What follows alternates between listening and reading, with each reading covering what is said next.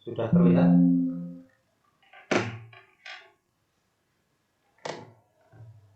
Asal? Sudah Pak, sudah terlihat Pak. Oke. Nah, analisa internal ini cukup banyak yang misalnya kita harus sampai detail, teman-teman bisa pelajari lebih lanjut karena di artikel maupun di buku itu detailnya bisa teman-teman pelajari lah ya, kita praktekkan. Di sini saya akan memperkenalkan analisa lingkungan internal. Nah, kemarin kita sudah menemukan strength sama threat gitu ya. Itu berasal dari sisi luar perusahaan. Kita akan melihat sisi dalamnya perusahaan.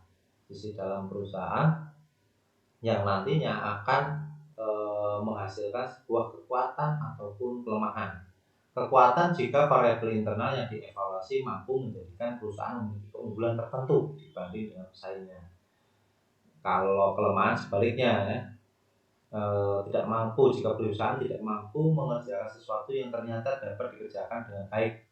Artinya dia sangat baik di satu bidang tertentu, itulah kekuatan. Ketika dia kurang baik dibanding, harus ada pembanding ya. Ketika kurang baik tapi nggak ada pembandingnya, itu bukan kelemahan dan belum kekuatan, itu ya, itu baru standar. Tapi kalau dia lebih rendah kekuatannya, lebih kurang baik dibanding pesaingnya, itulah kelemahan. Nah, di sini kita merumuskan strategi ya, dengan adanya analisa mendalam mengenai lingkungan bisnis internal, namun juga menuntut adanya pemahaman yang cermat terhadap faktor internal perusahaan sehingga nanti perumusan strateginya yang pas. Karena strategi apapun kalau kita salah memilih, ternyata kita tidak punya sumber daya gitu ya, atau sumber daya yang dibutuhkan untuk strategi itu merupakan kelemahan kita, ya tidak ada. Nah, ini makanya sangat penting kita sebelum mengambil strategi apapun kita mengulas dulu kekuatan dan kelemahan. Nah, ini pendekatan yang pertama, analisa yang pertama itu analisa SWOT. Jadi pas analisa SWOT ini menggabungkan analisa eksternal dan internal perusahaan. SWOT sendiri ini akronim dari strength, weakness, opportunities, dan threat ya. Analisa SWOT merupakan teknik analisa internal di mana para manajer menciptakan gambaran umum secara cepat mengenai situasi strategi perusahaan. Sangat cepat ketika teman-teman membangun analisa internal dan eksternal pakai SWOT itu sangat cepat. Nanti sudah ada toolsnya, tinggal memasukkan apa yang jadi hasil observasi gitu ya.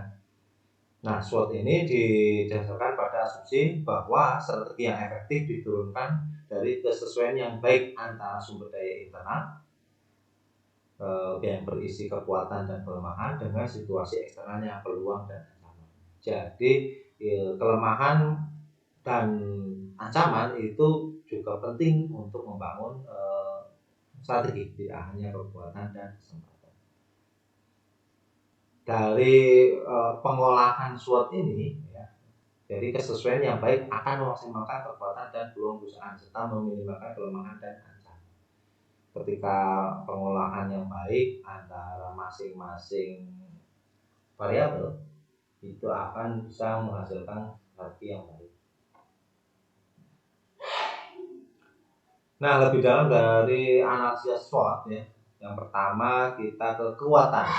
Kekuatan merupakan sumber daya atau kapabilitas yang dimiliki tersedia oleh suatu perusahaan yang membuat perusahaan relatif lebih unggul dibandingkan pesaingnya dalam memenuhi kebutuhan pelanggan. Jadi setiap perusahaan pasti ada satu hal yang kuat menurut perusahaan tersebut ya. Menurut perusahaan tersebut ya, yang dia punya kepercayaan diri bahwa dia cukup kuat. Cuman ketika bicara SWOT harus ada pembandingnya. Harus ada pembandingan dengan perusahaan lain yang dianggap kita lebih unggul di mana. Itulah kekuatan. Kemudian sisi lain dari kekuatan adalah kelemahan. Ini merupakan keterbatasan atau kekurangan dalam satu atau lebih sumber daya kapabilitas relatif terhadap pesaingnya yang menghambat kinerja efektif perusahaan. Jadi ada kapabilitas yang dibutuhkan perusahaan tapi dia masih lemah. Contoh seumpama SDM-nya masih kurang solid ya gitu ya. Kemudian motivasinya rendah, inovasinya rendah, itu dibanding yang lain yang inovasinya sering, itu disebut kelemahan. Contoh kalau kekuatan dia punya pemasaran yang handalnya dibanding yang lain, brand awareness-nya lebih kuat gitu ya. Dia paling nomor 1 brand awareness gitu ya, brand image-nya paling baik. Nah itu disebut kekuatan. Ada kemudian dari TO itu ada ancaman, situasi utama yang tidak menguntungkan dalam lingkungan suatu perusahaan, baik itu makro yang 5 analisa five force porter yang dia menjadi penghalang utama bagi perusahaan dalam mencapai posisi yang diinginkan ya. Contoh yang jadi penghalang produk Nokia, kita balik lagi ke produk Nokia, yang paling dia menghalang, ancamannya adalah ancaman dari semakin cepatnya teknologi itu berubah, menjadi penghalang dia. Kemudian peluang, ini merupakan situasi utama yang menguntungkan dalam lingkungan suatu perusahaan. Kalau ada kejadian dan menguntungkan buat kita, perusahaan, tanpa ngelakuin apapun, semua itu perusahaan bisa naik kinerjanya, atau peluang yang nanti bisa diambil dengan kekuatan kita, itu namanya peluang yang cocok gitu ya. Tapi kalau bicara peluang saja berarti sesuatu yang positif bagi perusahaan atau bagi industri. Nah dari 4 ini kita bisa buat diagram ya. Diagram yang nanti bisa membelah, membuat analisa kita lebih mendalam terkait dengan pilihan strategi kita. Nah, SWOT ini menurut Pear dan Robinson 2013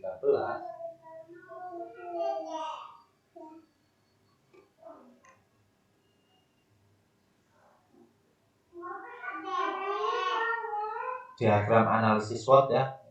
Di sini mulai dari sebelah kiri kelemahan internal yang paling penting sampai ke kelemahan internal yang paling kekuatan internal yang besar. Jadi yang horizon itu internal, kemudian yang vertikal itu ancaman. Eksternal ya. Mulai dari ancaman-ancaman utama kita sampai ke peluang-peluang.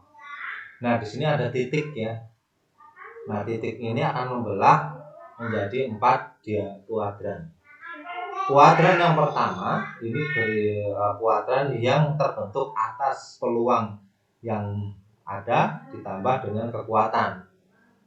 Nah, ini sel yang paling bisa kita ambil segera gitu ya. Di sel ini mendukung strategi yang agresif.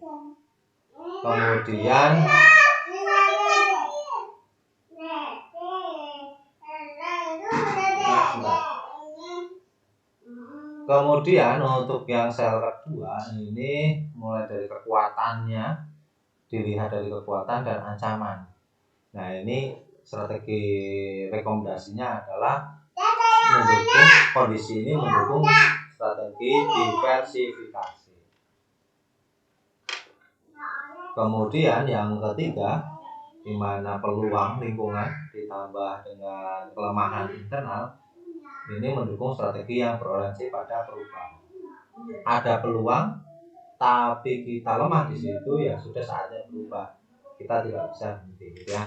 Kemudian yang sel keempat, di mana kelemahannya cukup tinggi, kondisi kita lemah, ditambah kondisi ancamannya cukup banyak. Nah, ini mendukung strategi yang defensif. Nah, kita langsung detail ke masing-masing sel ya. Kalau ada yang mau ditanyakan langsung saja ya. Saya Pak, izin bertanya Pak. Ya. Tadi kan mengacu untuk analisa SWOT-nya Pak. Ya. Tadi kan Bapak bilang kalau emang analisa SWOT itu dilakukan ketika perusahaan itu ingin menganalisa dan ada perusahaan pembandingnya gitu ya Pak. Ya, ya. Nah, kalau misal perusahaan itu misal perusahaan monopoli Pak yang mana ibaratnya kayak contoh PLN kan ibaratnya tidak punya pesaing. Itu cara menganalisanya gimana Pak? Oh, jadi menarik sekali. Terima kasih Pak. Ya, oke, PLN ya. Kalau kita bicara PLN itu kan perusahaan energi. Ketika perusahaan energi, kita lihat dulu value-nya, dia jualan apa? Jualan energi. Kemudian kita lihat di makronya ya. Di mikronya. Di mikronya itu di dalam industri. Kalau kita tidak bisa melihat pesaing utama yang sesama menjual listrik, ya, sama-sama menjual listrik, menjual energi, kita bisa melihat substitutnya kayak gitu ya. Substitut dari apa sebutannya? Substitut dari produknya. Substitut dari produknya si energi ini substitutnya apa nih gitu ya. Daripada si PLN, pengganti energi untuk PLN apa? Nama genset gitu ya, sama dia genset, perusahaan genset dan itu cuma genset ya penggantinya. Kemudian karakter dari si PLN ini apa ya karakternya, karakter dari perusahaannya. Oh ternyata dia perusahaan plat merah gitu ya. Perusahaan plat merah itu punya standar yang berbeda dengan perusahaan swasta. Perusahaan plat merah dia dituntut untuk tidak hanya jualan menghasilkan keuntungan, tapi menghasilkan keuntungan itu hanya bonus. Jadi goal misinya si PLN ini 90% adalah pelayanan masyarakat, 10%-nya dia nyari duitnya pun demi goal itu tetap dimasukkan demi bukan dia benar-benar nyari duit tapi demi kinerjanya terlihat, progresnya terlihat gitu ya. Nah kalau kita bicara pembanding, kalau di PLN sendiri pembandingnya langsung keluar dari kebijakan pemerintah. Kebijakan pemerintah itu pembandingnya target-target pemerintah, keinginan pemerintah, contoh ingin dia harus bisa melayani beberapa titik di Indonesia, kayak dulu ada program 43 megawatt dan lain sebagainya. Itu jadi analisa dia apakah dia lemah atau kuat. Ketika kuat dia mampu masuknya itu tuh peluang atau itu ancaman gitu ya. Kemudian apalagi selain itu ya, karena PLN ini melihatnya tuntutan dari pemerintah sebenarnya, tuntutan dari pemerintah itu menjadi pembandingnya. Dan industri, satu pemerintah, jadi dilihat kita lemah atau tidak ketika tuntutan pemerintahnya seperti apa, kondisi perusahaan kita seperti apa, itu menjadi lemah atau kuat. Kemudian pembanding industri, maksudnya pembanding industri energi di negara-negara tetangga itu seperti apa. Ketika di TDL, contoh TDL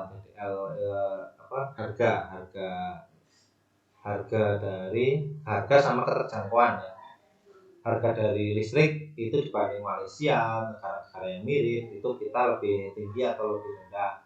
Terus keterjangkauan prestasi PLN dibanding perusahaan listrik negara lain seperti apa itu jadi pembanding. Itu kalau untuk yang monopoli di pemerintahan seperti itu.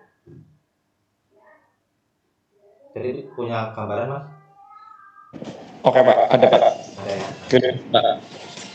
Jadi penelitian harus pembanding, karena kalau tanpa pembanding terus analisa SWOT ini akhirnya kan ya apa yang kita jalankan ya sudah gitu ya. Kalau sudah nanti bahaya. Bahkan perusahaan-perusahaan swasta yang harusnya ada pembanding, mereka kadang salah mengira itu bukan pembandingnya ya. Contohnya kayak Nokia gitu ya. Yang Nokia itu beberapa kali ya sombong ya, dia cukup sombong karena dia penguasa dunia, nggak hanya di satu wilayah tertentu ya, dia dunia, penguasa dunia. Zaman dulu zaman QWERTY lah, zaman orang tua kalian lagi sering megang HP gitu ya. SMS-an, mainnya juga main Tetris sama ular ya. Nah itu jadi dia merasa pembanding itu tidak relevan, itu bahaya. Apalagi si PLN ini. PLN, teman-teman kalau lihat PLN meskipun TDL naik, PLN itu terakhir dia rugi sampai 500 miliar ya, atau triliun saya lupa. Gara-gara proyek-proyek yang dibuat oleh pemerintah. Karena proyek yang dibuat pemerintah terus ada pembandingnya, si pembanding Malaysia dan tetangga-tetangga itu tidak dilihat. Jadi hanya fokus ke apa yang diinginkan pemerintah. Itu menjadi ngeri. Banyak sekali artikel-artikel membahas PLN. Itu juga bisa jadikan kasus PLN bangkrut. Sebenarnya PLN itu lagi masa-masa bangkrut gitu ya. Itu cukup lucu ya. Perusahaan monopoli tapi bangkrut. Nah kita lanjut lagi. Pertama kita di sel 1 ya. Nah, kalau penjelasan ini kerangka SWOT menyediakan dasar yang terorganisir untuk diskusi dan berbagi informasi secara mendalam yang dapat memperbaiki kualitas pilihan dan keputusan yang kemudian diambil di perusahaan. Nah, di sel 1 ini situasi yang paling menguntungkan bagi perusahaan. Ini sangat beruntung jika perusahaan itu setelah dianalisa dia masuk dalam sel 1, di mana perusahaan menghadapi beberapa peluang lingkungan dan memiliki beragam kekuatan yang dapat mendukung dalam memanfaatkan peluang tersebut. Enak banget nih. Ada peluang bisnis besok mau lebaran dan ada duit buat beli modal, punya teman yang bisa diutangi. Nah, itu kan sempurna banget. Teman yang bisa diutangi itu peluang, besok mau lebaran itu peluang, terus kita punya duit banyak peluang, terus kita punya list yang siap nerima jadi reseller atau yang siap menjualkan produk kita kayak gitu ya. Nah itu kekuatan kita. Jadi kekuatan ketemu sama peluang, sudah selesai. Jadi orang hebat. Nah dalam situasi ini disarankan mengambil strategi yang berorientasi pada pertumbuhan untuk mengeksploitasi keuntungan tersebut. Artinya pertumbuhan ya strategi apa saja yang membuat perusahaan itu tetap tumbuh. Jangan sekali-sekali ketika kita di peluangnya oke, kemudian kekuatan oke, tapi kita malah takut terus memilih strategi tadi yang sifatnya konservatif kayak gitu. Ini harus agresif. Agresif itu artinya tadi ketika kita punya duit besok ini ya udah langsung aja, nggak usah takut. Kayak Nokia udah jelas ada perubahan dan dia punya duit banyak dan dia punya research and development tinggi. Android kalau dia udah pertama kali yang masuk Android itu kalau Nokia gitu ya. Ketika Samsung masuk terus dia langsung bales dengan Android, itu Nokia mungkin sekarang akan sangat besar. Tapi dia sifatnya konservatif, harusnya agresif di masa itu. Ya. Kemudian yang ketiga, ini peluang dengan kita fokusnya di peluang ya. Peluang tapi kita di posisinya kita berada pada kelemahan kita. Artinya kapabilitas kita tidak lebih unggul dari perusahaan lain. Nah ini merupakan situasi di mana perusahaan menghadapi peluang yang besar yang mengesankan namun terhambat oleh sumber daya internal yang lemah. Ini repot. Sudah jelas ada peluang di depan mata tapi nggak bisa menggapai, itu kan posisi yang menggemaskan. Fokus dari strategi ini, perusahaan yang berada dalam situasi ini adalah menghilangkan kelemahan internal sehingga dapat lebih efektif mengejar peluang pasar. Ketika teman-teman berada di posisi ini atau nanti berada di dalam perusahaan sebagai manajer melihat ada peluang tapi perusahaan kita tidak punya kapabilitas untuk ambil peluang ini, ya jangan berputus asa. Caranya apa ya, kita hilangkan saja. Ada peluang, kita nggak punya uang gitu ya untuk menambah modal, dengan mudah kita tinggal minjem. Bahasa gampangnya gitu ya, minjem. Kalau minjem nggak bisa, kita tinggal kerjasama gitu ya.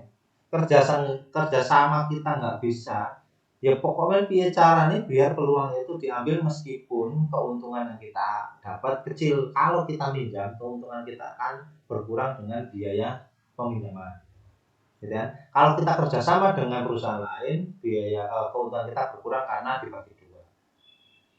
Tapi kalau dua itu masih belum mampu, ya jangan ditinggalkan. Gak apa-apa, untung sedikit dengan cara apa? kita melempar peluang itu kepada pihak lain, melempar kepada pihak lain. Artinya kita akan mendapatkan minimal fee gitu ya.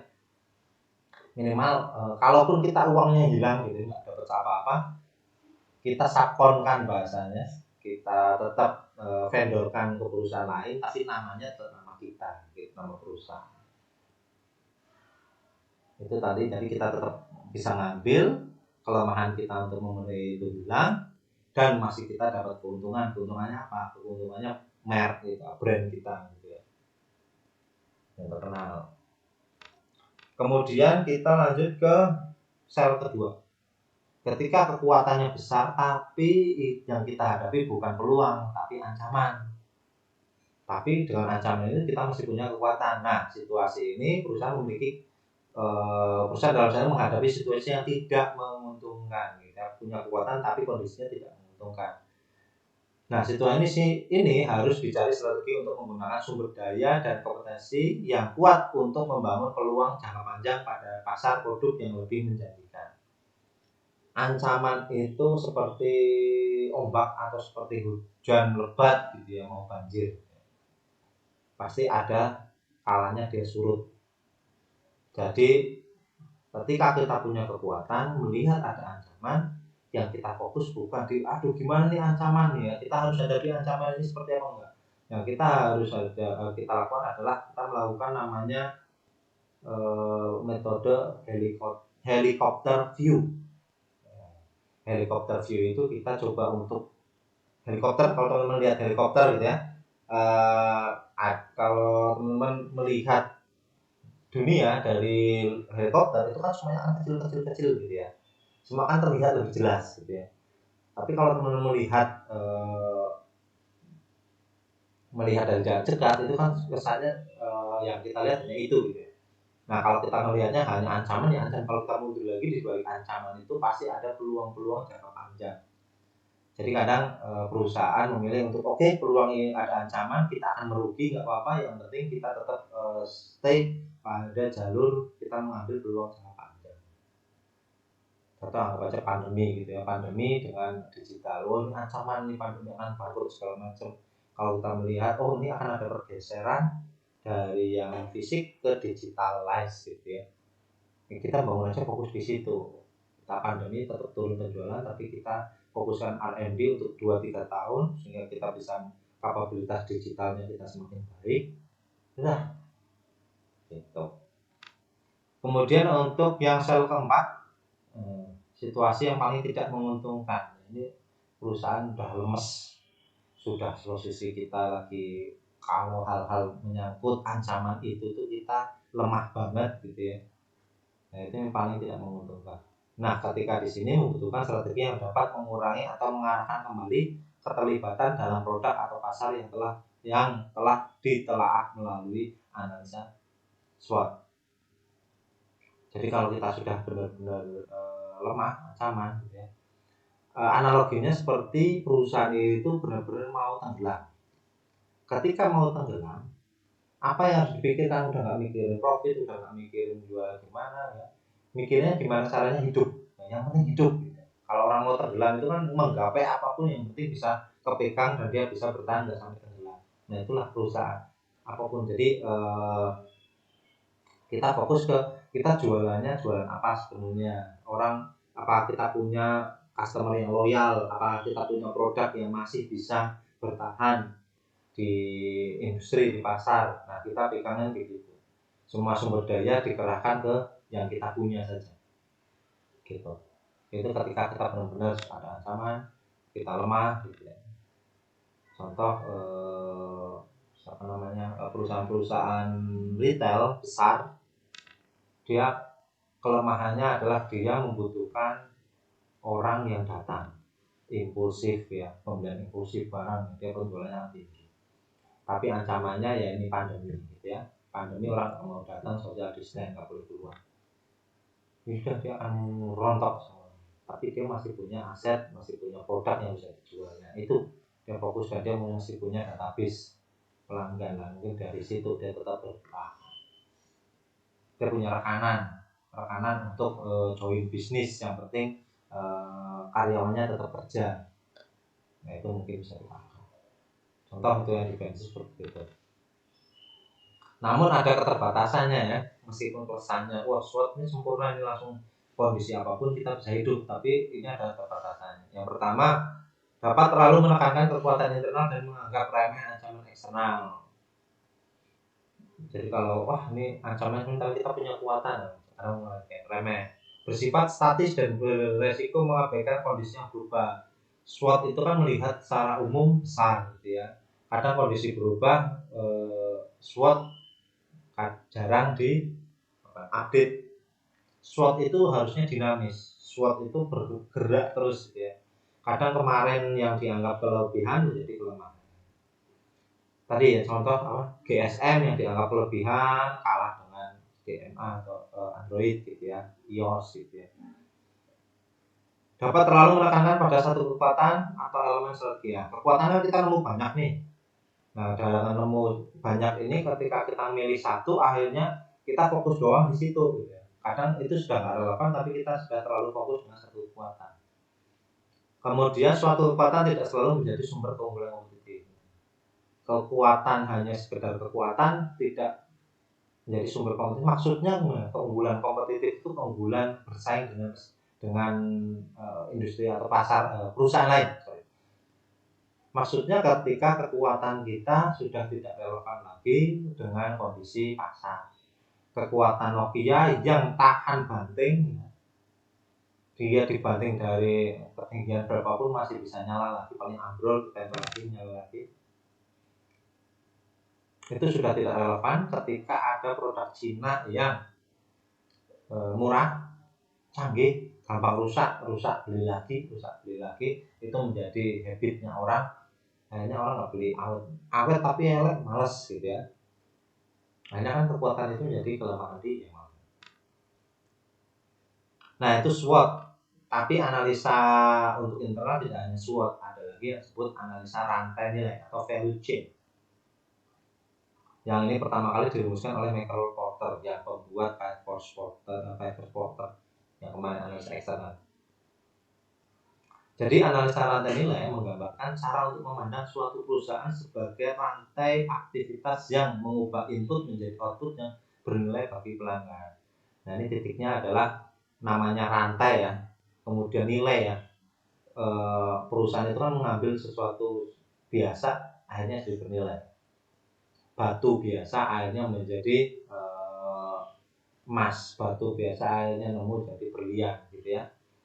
Itu kan pasir biasa gitu ya. Kemudian kain yang tidak bernilai akhirnya menjadi baju yang sangat bernilai mahal. Nah nilai bagi pelanggan berasal dari 3 sumber. Yang pertama aktivitas yang memudahkan produk, aktivitas yang menurunkan biaya produk, dan aktivitas yang dapat segera memenuhi kebutuhan pelanggan. Nah, ini dari nilai. Jadi nilai yang dianggap baik adalah membedakan produk dia dengan yang lain. Ada biaya produk yang menurun, kemudian kecepatan dia dalam memenuhi kebutuhan pasar. Itulah perusahaan yang punya nilai yang baik. Analisis rantai nilai berupaya memahami bagaimana suatu bisnis menciptakan nilai bagi pelanggan dengan memeriksa kontribusi dari aktivitas-aktivitas yang berbeda dalam bisnis terhadapnya tersebut. Lebih jelasnya bisa dilihat di gambar ini. Jadi perusahaan itu satu entitas yang dia pekerjaannya banyak sekali. Saking banyaknya, kalau perusahaan tidak bisa mencermati, menganalisa kita sedang ngapain, akhirnya menjadi aktivitas yang bergeraknya terus menerus. Kayak perusahaan besar sebesar Unilever itu ya, dia kan nggak bisa nih orang yang di operator mesinnya di pabrik, dia tidak paham ngapain dia harus kerja di situ ya. Terus di bagian pemasaran yang dia intinya seperti jualan. Nah kalau tidak ada satu kesatuan perusahaan itu menganalisa setiap bagian-bagian pekerjaan dari perusahaan, itu akan menjadi blundernya nanti semua divisi hanya bekerja sesuai apa perintahnya, sesuai SOP-nya. Nah, dan yang mengerikan ketika SOP itu sudah usang atau tidak relevan, maka dibutuhkan ini dilihat di potret. Nah, Analisa rantai nilai itu memotret aktivitas perusahaan. Ada dua aktivitas kunci. Yang pertama aktivitas primer, kedua aktivitas pendukung. Aktivitas primer berisi mulai dari pengadaan logistik, operasional, pengadaan logistik luar perusahaan, pemasaran dan penjualan, dan terakhir adalah pelayanan. Itu aktivitas primer, core activity dari perusahaan. Sedangkan aktivitas pendukungnya mulai dari administrasi, SDM, R&D, kemudian pembelian. Nah, dua aktivitas ini pasti akan menghasilkan keuntungan, gitu ya. Dua aktivitas menghasilkan produk itu ada HPP nanti dijual, ada selisihnya itulah margin. Nah, ketika sudah dipotret ini, bayangkan kalau kita nggak tahu semua ada ternyata di kondisi pengadaan logistik luar perusahaannya terlalu boros, ya. Maka marginnya akan tergerus atau R&D-nya lamban. Ketika R&D-nya lamban, maka penjualan produk barunya pun akan lamban. Kemudian produk lamanya sudah usang, akhirnya marginnya pun tergerus. Bayangkan kalau perusahaan tidak tahu, gitu ya, kok kita labanya semakin tahun semakin turun ya, kenapa ya? Belum dipotret ya, ini kita kan jadi sangat bermasalah. Nah, aktivitas primer kita lihat lebih detail, aktivitas primer dan aktivitas pendukung. Kalau primer ini aktivitas di dalam perusahaan melibatkan pembentukan fisik produk, pemasaran, dan pengantaran kepada pembeli. Jadi membangun produk itu sangat berkualitas, dipasarkan dengan berbagai macam strategi, kemudian didistribusikan sampai ketemu dengan pelanggan. Itulah aktivitas primer. Kalau pendukung tadi mulai dari penyediaan infrastruktur, input yang memungkinkan aktivitas primer untuk berjalan. Kalau primer ini nggak ada SDM-nya, primer ini tidak ada administrasinya yang rapi, tidak akan lancar. Nah, bagaimana cara kita menganalisa rantai nilai? Cara menganalisa rantai nilai dibagi menjadi 3. Identifikasi aktivitas mana, jenis aktivitas mana, kemudian dianalisa profil perusahaan. Maksudnya profil perusahaan mencari keterkaitan berbagai aktivitas rantai nilai, baik aktivitas pokok maupun pendukung yang benar-benar perusahaan. Maksudnya perusahaan kita banget itu, setiap perusahaan punya rantai nilai yang berbeda. Pasti mau dia ikut-ikutan dengan perusahaan lain, pasti ada momen di mana titik balik di mana dia itu ternyata berbeda dengan perusahaan lain. Nah, ini yang disebut analisa profil perusahaan. Kemudian terakhir adalah mencari sinergi. Jadi sinergi antara berbagai macam aktivitas itu tidak hanya fokus biaya rendah, namun bagaimana yang memberikan value yang tinggi. Memberikan nanti value yang tinggi, dampaknya si customer akan puas, si customer akan loyal, dan pembelian akan meningkat, margin akan meningkat. Berarti ketika aktivitas dulu, analisa profil, baru mencari sinergi. Itu yang rantai nilai ya. Dari rantai nilai itu akan ketahuan kalau ada masalah, ketahuan keunggulan kita. Oh, ternyata unggul kita di produk. Value kita yang memperkuat kita, value kita di produk. Ya sudah, kita bisa membuat strategi di produk. Jangan kita, value kita, keunggulan kita di produk, terus kita repot-repot di pemasaran, gitu ya.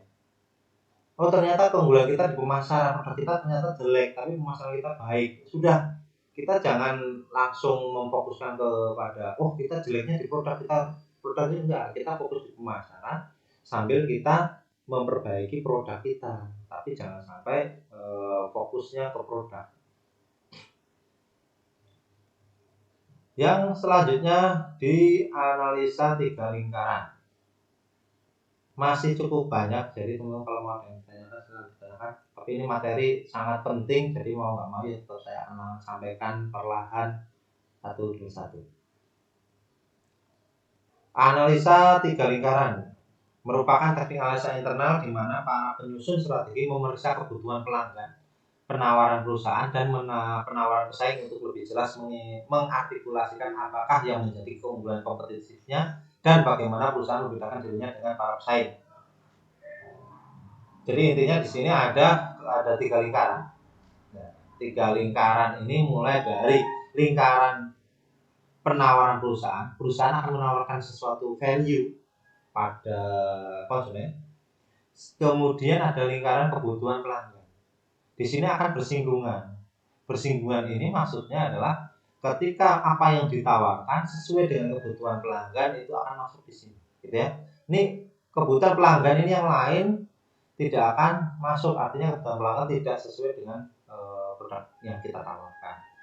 Terus ada satu lingkaran lagi yang penting, apa itu? Penawaran pesaing. Penawaran pesaing di sini akan masuk ke titik D, B, dan C. Di sini titik beda kita dengan pesaing si A. B ini titik sama, kita sama-sama mengeluarkan value yang sama dengan si B, si pesaing. Titik C ini titik beda antara kita dengan pesaing, gitu ya. Lebih jelasnya gini ya.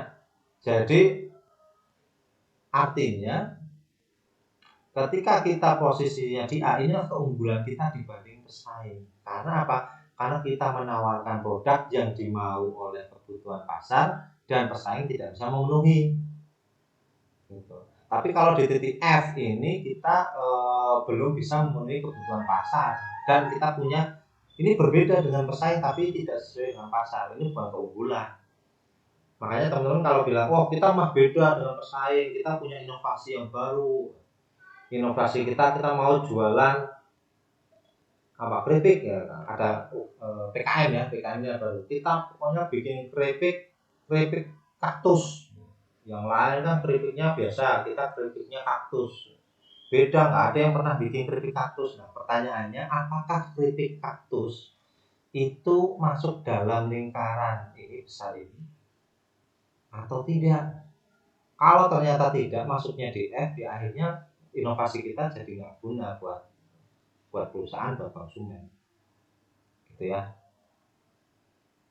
Dan juga sama.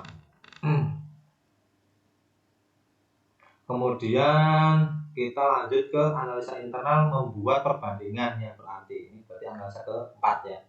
Alat keempat, perbandingan berarti ada 3 perspektif untuk membuat analisa internal perbandingan. Yang pertama, perbandingan dengan kinerja masa lalu, tolak ukur membandingkan dengan pesaing, dan perbandingan dengan faktor keberhasilan dalam industri. Ini yang saya sampaikan ke Mas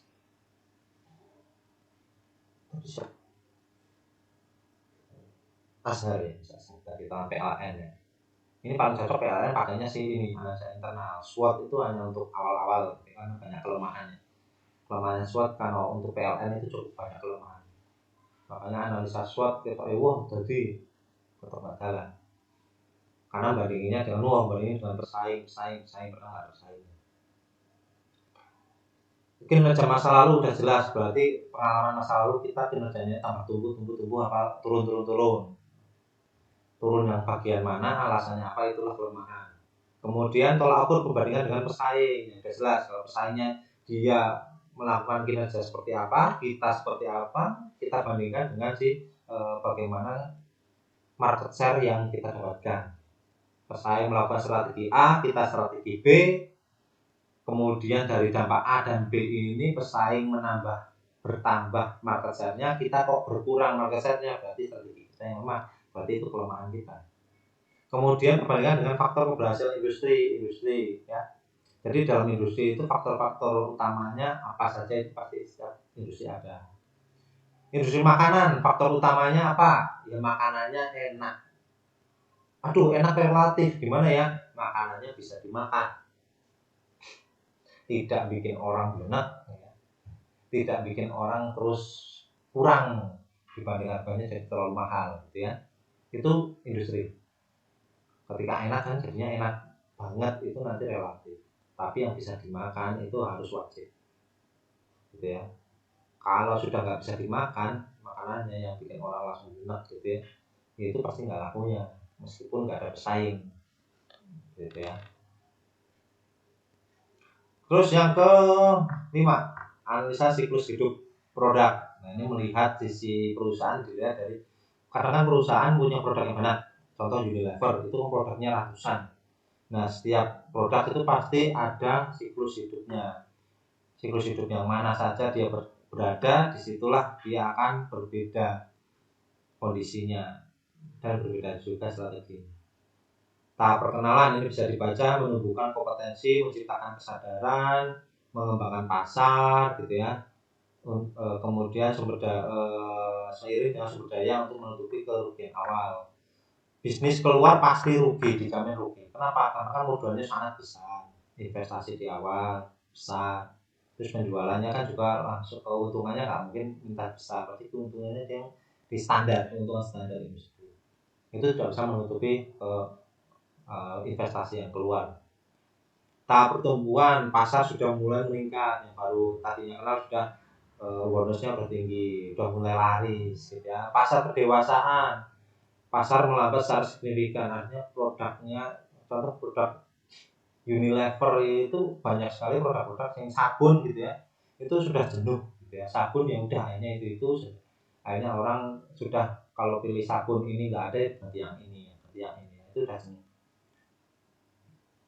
jenuh itu sudah sangat laris, semua orang sudah memiliki sabun Unilever, terus dia ingin nyoba yang lain ya. Dewasaan, makanya sering dengan persaingan dan menawarkan produk lain yang serupa kan sudah mirip dengan sabun. Nah, tahap penurunan, persaingan yang mulai mengalami penurunan penjualan dan menghadapi tekanan pada margin. Sudah persaingannya sudah mulai kalah, terus marginnya udah mulai rugi terus karena biaya operasional lebih besar daripada pendapatan. Nah, itu tiap produk berbeda. Nanti tinggal ditambah-tambahkan. Nah, ini kompetensi yang dibutuhkan. Oh, ternyata saya di perkenalan. Apa yang harus saya lakukan? Kita harus brand awareness-nya tinggi, kemudian menyaring profitabilitas, hubungan kuat dengan akses terhadap cepat beradaptasi, baru keluar. Wah, produkmu kurang enak, kurang asin, berubah lagi asin, berubah lagi lebih manis gitu ya. Kalau teknologi keluar, wah ini teknologinya kok susah dipakai, berubah lagi biar easy friendly kayak gitu dan seterusnya. Kalau masa pertumbuhan kita berikan fitur-fitur yang membedakan dengan yang lain meskipun kecil gitu ya. Ngomong laris-larisnya nanti kan banyak yang tiru, kita beri fitur yang utama buat kita. Akses kita distribusi besar-besarin, kita bayar mahal untuk distribusi. Lagi laris-larisnya kok sampai barangnya rawan oleh pasar gitu ya, itu menjadi ancaman. Kalau lagi laris-larisnya pokoknya bayar berapapun asal kita bisa masuk minimarket, supermarket dan kemudian masa kedewasaan ya, kita sudah mulai perang harga gitu ya. Tapi kita gimana caranya mempertahankan perang harga kita itu yang paling menang. Kita sudah mulai investasinya, biaya investasi sudah balik, artinya fixed cost-nya sudah mulai rendah. Itu sudah mulai tenang, kemudian nyari investasi tempat lain. Nah, kalau di dalam penurunan, kita gimana caranya biar efisiensi karena udah mulai nggak laku gitu kan. Setelah itu titik paling baik adalah ketika penurunan sudah mentok nggak laku, ya inovasi yang baru. Tidak harus keseluruhannya, bisa inovasi sebagian. Itu kita masuk di strategi pertumbuhan. Selesai. Cukup banyak ya. Ada 5 tools yang bisa kita pakai. Semoga sudah punya gambaran.